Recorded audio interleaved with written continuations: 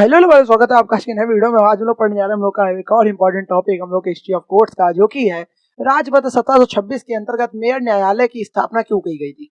तो राजपत्र 1726 आया था, उसके अंतर्गत यानी कि उसके अंतर्गत जो मेयर न्यायालय की स्थापना क्यों की गई थी और इसके गठन एवं शक्तियों की हमें व्याख्या करनी है। ठीक है, तो राजपत्र 1726 चार्टर ऑफ 1726 के अंतर्गत मेयर न्यायालय की स्थापना। नमस्ते, कानून के छात्र के रूप में राजपत्र 1726 यानी चार्टर ऑफ 1726 आपके लिए इसलिए महत्वपूर्ण है क्योंकि यह भारत में आधुनिक न्यायिक व्यवस्था की नींव का पहला महत्वपूर्ण चरण था। इस राजपत्र ने पहली बार भारत की 3 प्रमुख प्रेसिडेंसियों में न्याय के प्रशासन को व्यवस्थित और एकीकृत करने का क्या किया, प्रयास किया। चलिए शुरू करते हैं टॉपिक को। पहला है कि मेयर न्यायालय की स्थापना के उद्देश्य क्या थे, व्हाई इट वाज एस्टैब्लिश्ड। क्योंकि 1726 से पहले क्या था, ईस्ट इंडिया कंपनी की प्रेसिडेंसी बस्तियों में न्यायिक प्रशासन अत्यधिक अव्यवस्थित, अप्रभावी और निश्चित था। यानी कि 1726 से पहले क्या हुआ था कि ईस्ट इंडिया कंपनी की जो प्रेसिडेंसी बस्तियों में क्या हुआ था, न्यायिक प्रशासन अत्यधिक अव्यवस्थित था, अप्रभावी था और निश्चित भी था। ठीक है, मेयर न्यायालयों यानी कि मेयर्स कोर्ट्स की स्थापना मुख्य रूप से निम्नलिखित समस्याओं को दूर करने और उद्देश्यों को पूरा करने के लिए की गई थी। यानी मेयर कोर्ट्स या मेयर न्यायालयों की जो स्थापना थी वो मुख्य रूप से निम्नलिखित समस्याओं को दूर करने और उद्देश्यों को पूरा करने के लिए की गई थी। न्याय प्रशासन की पुरानी व्यवस्था की विफलता कैसे रही कि 1726 से पहले प्रेसिडेंसी शहरों में न्याय का कार्य मुख्य रूप से गवर्नर और उसकी काउंसिल द्वारा किया जाता था। 1726 से पहले प्रेसिडेंसी शहरों में न्याय का जो कार्य था वो मुख्य रूप से गवर्नर और उसकी काउंसिल द्वारा किया जाता था। अब कुशलता देखें तो गवर्नर और काउंसिल के सदस्य मुख्य रूप से व्यापारी थे। गवर्नर और काउंसिल के जो सदस्य थे वो मुख्य रूप से क्या थे, व्यापारी थे, ना कि प्रशिक्षित न्यायाधीश थे। वो गवर्नर और काउंसिल के सदस्य ही मुख्य रूप से व्यापारी थे, ना कि कोई प्रशिक्षित न्यायाधीश थे। उनके पास कानून की कोई औपचारिक जानकारी नहीं थी। व्यापारी मतलब न्यायाधीश।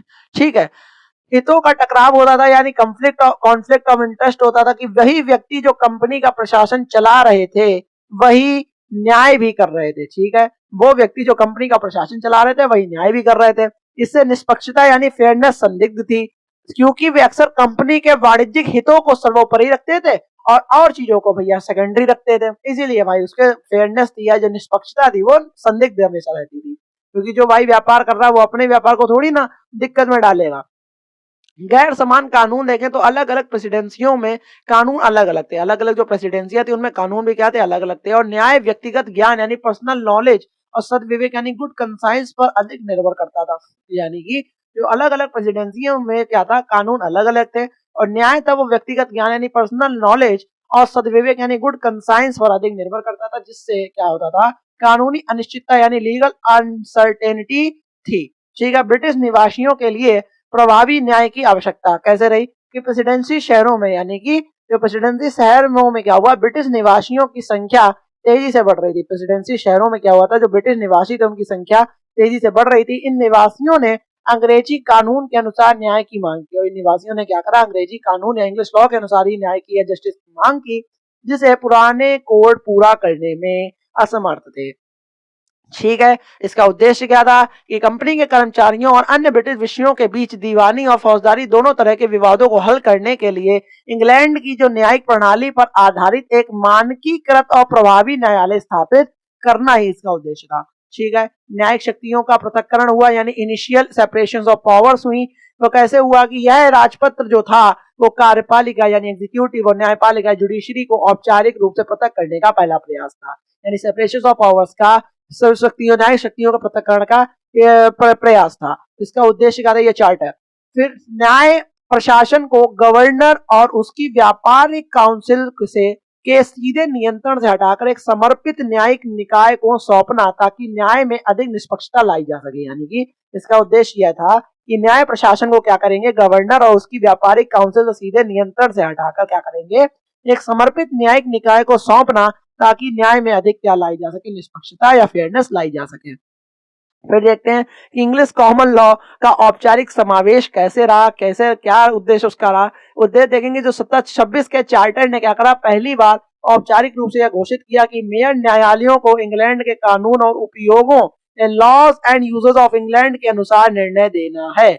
और यह प्रावधान भारत में इंग्लिश कॉमन लॉ के समावेश का कानूनी आधार बना। यही प्रावधान क्या हुआ, भारत में इंग्लिश कॉमन लॉ के समावेश का एक कानूनी आधार बन गया। दूसरा क्या कहता है कि मेयर न्यायालय का गठन क्यों हुआ, कैसे हुआ, तो राजपत्र 1726 के तहत निम्नलिखित 3 प्रेसिडेंसी शहरों में मेयर न्यायालय की स्थापना की गई थी। कलकत्ता, बंबई, मद्रास, यही प्रेसिडेंसी शहर थे सबसे बड़े, मेट्रोपॉलिटन सिटीज इन्हें कहते हैं।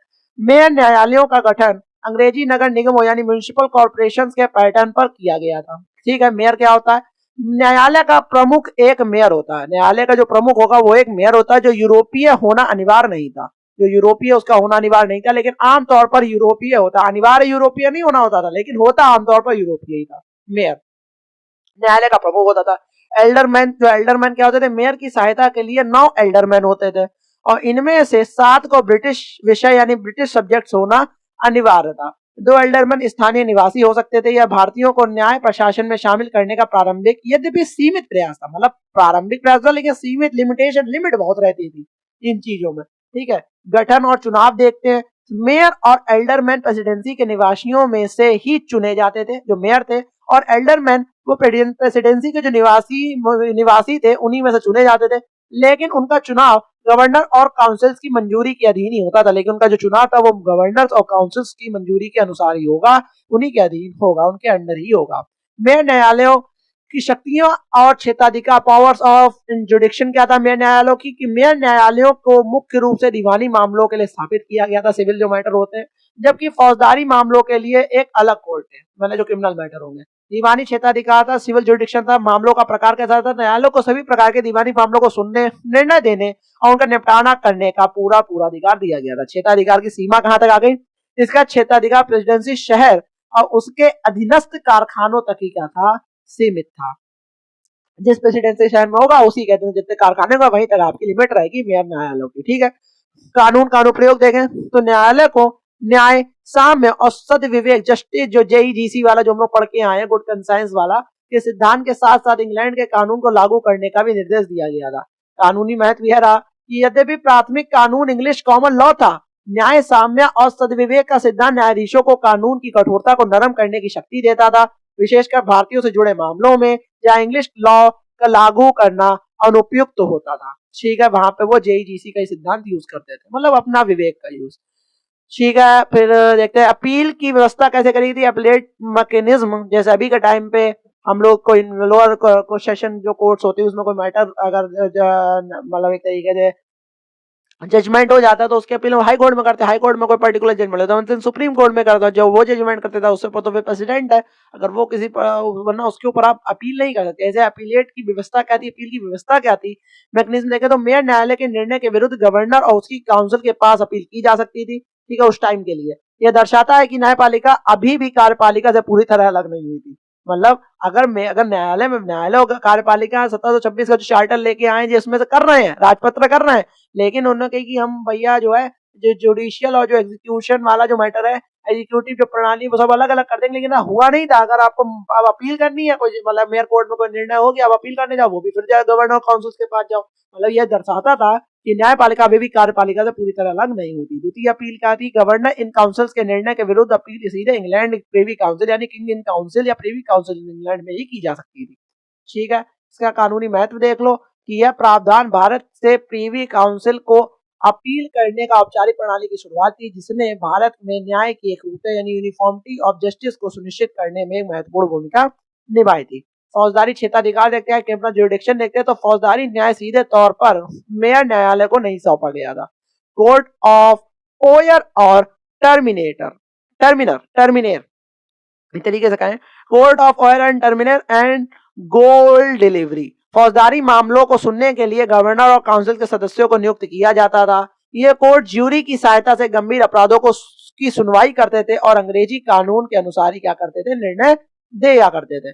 फिर आलोचनात्मक परीक्षण देखो या क्रिटिकल असेसमेंट देख लो, इसका तो राजपत्र 2026 एक महत्वपूर्ण कदम तो था, लेकिन इसकी कई आलोचनाओं से यह ग्रस्त भी था। कैसे कि भारतीयों को व्यक्तिगत कानूनों की उपेक्षा कर दी, भारतीयों को व्यक्तिगत कानून नहीं था, हिंदू और मुस्लिम का कोई अलग अलग कानून ही नहीं करा गया। आलोचना यह रही कि राजपत्र ने मुख्य रूप से अंग्रेजी कानून को लागू करने पर जोर दिया, जिससे हिंदू और मुस्लिम व्यक्तिगत कानून या पर्सनल लॉज की उपेक्षा कर दी गई। इसका परिणाम यह हुआ भारतीयों के विवाह, विरासत, उत्तराधिकार जैसा सामाजिक और धार्मिक मामलों में अक्सर इंग्लिश लॉ का कठोर अनुप्रयोग अन्यायपूर्ण साबित हो जाता था। ठीक है, कार्यपालिका का वर्चस्व हमेशा रहा, बिल्कुल अलग नहीं कर पाई है राजपत्र। ठीक है, न्यायिक स्वतंत्रता का अभाव रहा कि मेयर और एल्डरमैन का चुनाव गवर्नर और काउंसिल्स की मंजूरी पर ही निर्भर करता था। इसके अलावा मेयर कोर्ट के निर्णयों के खिलाफ पहली अपील गवर्नर काउंसिल के पास ही जाती थी, देन प्रीवी काउंसिल इंग्लैंड में जाती थी। आलोचना यह दर्शाता है कि न्यायालय अभी भी कार्यपालिका एग्जीक्यूटिव के सीधे प्रभाव में थे और शक्ति का वास्तविक पृथक्करण नहीं हो पाया था।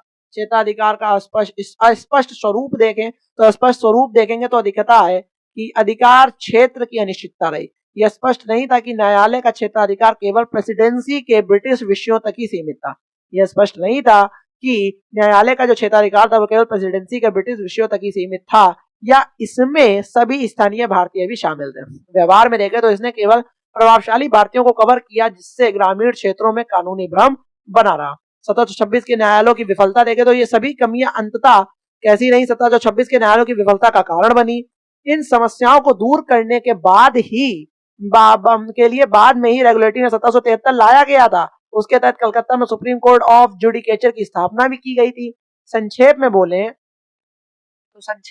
कि गुजरात पर 1726 का एक पहला औपचारिक कदम था जिसने भारत में न्यायिक प्रणाली को व्यवस्थित किया और इंग्लिश कानून की नींव रखी, लेकिन यह कानूनी रूप से अधूरा था और प्रशासनिक नियंत्रण से मुक्त नहीं हो पाया था। समझ में आ गई यहाँ तक आपको बात? और नहीं समझ में आई है तो आपको पता आपको क्या करना है, 1.5 इसकी स्पीड ला के तो वीडियो को देखनी है, तभी आपको समझ में आएगा, क्योंकि आपको सीरियल वाइज चलना है। अगर आप ये चार्टर पढ़ेंगे देन आप कंडक्ट कर पाएंगे रेगुलेटिंग एक्ट, फिर एक सेटलमेंट एक्ट आया था, तो ये सब आप जब टॉपिक्स को पढ़ेंगे तो आप एक सीरियल वाइज तरीके से चलते चले और दिमाग में एक पूरी एक मैप यार एक डायग्राम बनाते चले कि ये स्टेप एक सीढ़ी बना दी कि एक स्टेप पे स्टेप चलती चली आ रही है चीजें। हिस्ट्री ऑफ कोर्ट्स में ऐसे ही वीडियोस आते रहेंगे, तब तक के लिए जय हिंद, जय भारत।